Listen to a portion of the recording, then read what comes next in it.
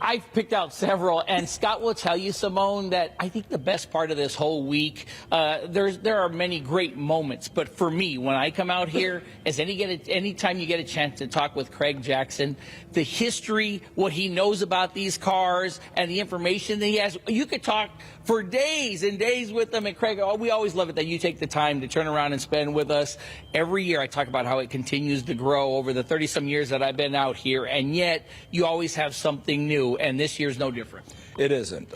This year we've sort of revamped the way the salon looks and the types of cars. So last year we had a Mercedes Gullwing sitting here. This year it's a Pagani, the first time we have ever sold a Pagani. You have Marshmallows, liquid carbon Ford GT. They only made 30 of these.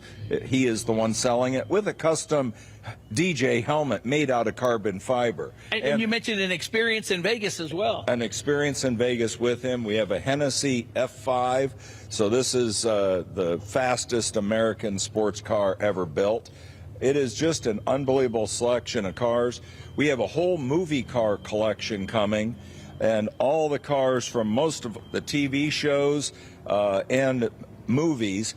Batmobile number 3, so this was built in 1966 by George Barris, was part of the Batman series. We also have a Batcopter, a Batboat, Starsky and Hutch, the Dumb and Dumber Shaggin' Wagon. And do we have to remind them what happened the last time a Batmobile hit the block? It was nuts. It went crazy, broke records, and that's just the tip of it. I mean, the Hoonigan truck, everyone's going to remember that because this thing goes viral every time you see him sliding around. Yep, this was from Gymkhana 10 and drifting it through Texas. Here, part of what we're going to do tonight, this is Sammy Hagar's Thunderbird. This was Ronnie Montrose's Thunderbird that the band used to go to rehearsals and go to shows in, and they'd all drive around in it. Sammy bought it back and restored it, and he is going to be selling it. Part of the proceeds will go to suicide prevention because, unfortunately, Ronnie took his own life.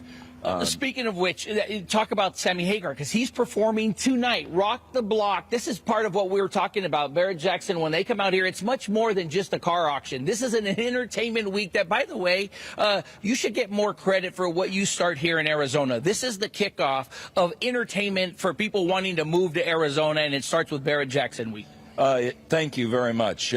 We have a lot of customers that come out. They buy second, third homes here, the car culture. But, yeah, Rock the Blocks tonight. We have about 300 tickets left. You can still go to our website and buy tickets. It's going to be a great show. Cars, guitars, rock and roll, it all goes together. Here we have a 959 Porsche. These were so far ahead of their time, banned in the U.S. Bill Gates helped push the law that you could bring these in after a certain time, and they're a piece of automotive history.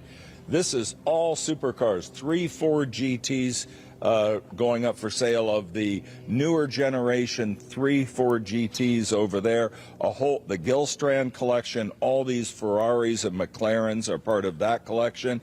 And then on this side, we have this Hot Wheels vehicle that was built by Gas Monkey Garage. We also have a Mercury that's built by Jesse James. So you have a lot, and Chip Foose, a lot of the stars of Discovery Channel's cars that they built, they're selling here at Barrett-Jackson. And it all gets underway tonight. Scott, you see what I'm talking about, Simone? You can hear it. You can hear it in Craig's voice. He's passionate about this. He loves this just like everybody else does. And the best part about this is I don't care who you are. I don't care how much money you make or what you go in. Everyone has a favorite car. Mm-hmm. You will find it here, and it is going to sell this week here at Barrett-Jackson.